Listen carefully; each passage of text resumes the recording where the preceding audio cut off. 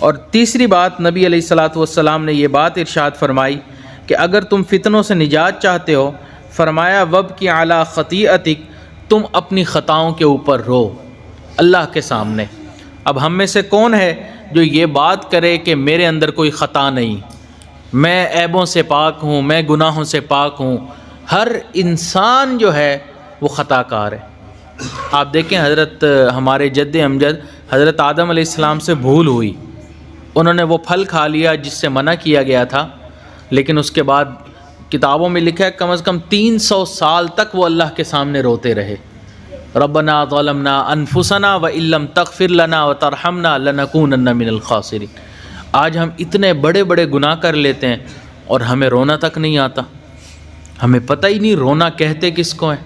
یہ اللہ کے سامنے رونا یہ بہت بڑی نعمت ہے، اللہ کے سامنے رونا بہت بڑی نعمت ہے۔ ایک شخص تھا، نیک عابد تھا، پھر کسی گناہ میں ملوث ہو گیا۔ اب وہ گناہ کرتا بھی تھا، ڈرتا بھی تھا کہ سزا نہ آئے، عذاب نہ آئے، لیکن کوئی عذاب نہیں آیا ظاہراً۔ تو 20 سال کا عرصہ تقریباً گزر گیا اسی گناہ میں۔ پھر ایک دن اس نے کہا اللہ کہ اللہ آپ کتنے رحیم و کریم ہیں، میں اس گناہ کے اندر ملوث ہوا اور آپ نے مجھے سزا بھی نہیں دی۔ اللہ نے فرمایا بندے میں نے تجھے سزا دی ہے، تجھے پتہ نہیں چلا۔ اس نے کہا اللہ کون سی سزا؟ اللہ نے دل میں بات ڈالی کہ جس دن سے تو اس گناہ میں ملوث ہوا ہے نا، پہلے تہجد کے وقت میں تو میرے سامنے روتا تھا، اس دن سے میں نے رونے کی توفیق چھین لی ہے، رونا نہیں آتا اب تجھے۔ اب ہم دیکھیں نا دعائیں ہو رہی ہوتی ہیں، مجمع رو رہا ہوتا ہے، مجال ہے ہماری آنکھوں سے ایک آنسو ٹپک پڑے، ہم ٹس سے مس نہیں ہوتے، دل ہمارے اتنے سخت ہو چکے ہیں۔ اللہ تعالیٰ قرآن مجید میں فرماتے ہیں کہ بعض پتھر اللہ کے خوف سے روتے ہیں، ان سے چشمے پھوٹ پڑتے ہیں اللہ کے خوف کی وجہ سے۔ اگر پتھر حجر اس کے اندر سے پانی پھوٹ پڑتا ہے تو ہماری آنکھوں سے کیوں نہیں اللہ کے خوف سے پانی نکلتا؟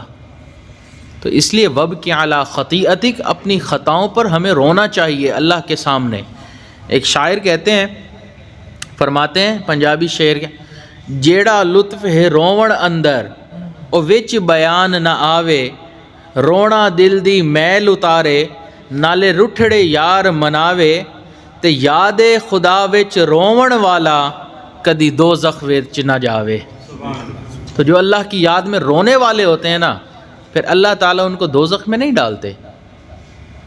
تو اس لیے ہمیں چاہیے کہ ہم اللہ کے سامنے روئیں، اور یہ بات فتنوں سے نجات کا سبب بنتی ہے۔